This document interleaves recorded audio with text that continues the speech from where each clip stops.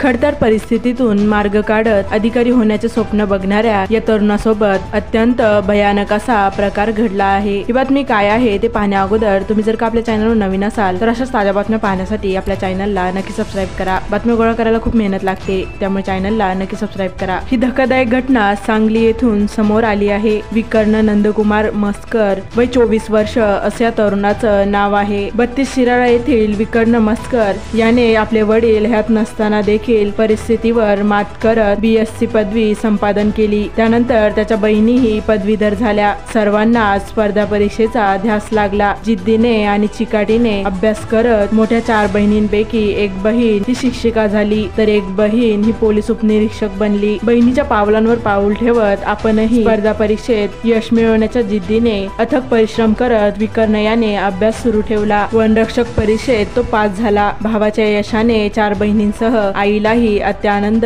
झाला होता। त्यानंतर कोल्हापूर येथे त्याची शारीरिक चाचणी होती। ती परीक्षा देखील त्याने उत्कृष्टरित्या पार पाडली आणि आनंदातच तो आपल्या घराकडे निघाला। मात्र तेव्हाच अत्यंत भयानक असा प्रकार घडला। पुण्याकडे जाणाऱ्या 4 चाकी वाहनाने विकर्णाच्या दुचाकीला जोरदार धडक दिली। त्याची सॅक मोटारीच्या आरशाला धडकली आणि तो मोटारसायकलसह महामार्गावर कोसळला। त्याचे डोके रस्त्यावर जोरात आपटल्याने त्याच्या नाकातोंडातून रक्त वाहू लागले। रक्ताच्या थारोळ्यात पडलेल्या विकर्णाला गंभीर अवस्थेत तातडीने रुग्णालयात दाखल करण्यात आलं। मात्र उपचार सुरू असताना त्याची प्राणज्योत मालवली। ही घटना कळताच त्याच्या संपूर्ण कुटुंबाला एकच धक्का बसला। विकर्णाला अधिकारी पाहण्याचं त्यांचं स्वप्न अधुरच राहिलं। अत्यंत हृदयद्रावक अशी ही घटना आहे। हल्ली अशा अनेक घटना समोर येत आहेत, त्यामुळे वाहनांनी प्रवास करत असाल तर सावधानगी बाळगा। तुमची एक चूक ही तुमच्या व इतरांच्याही जीवावर बेतू शकते, त्यामुळे काळजी घ्या व सुरक्षित राहा व बातमीला जास्तीत जास्त लोकांपर्यंत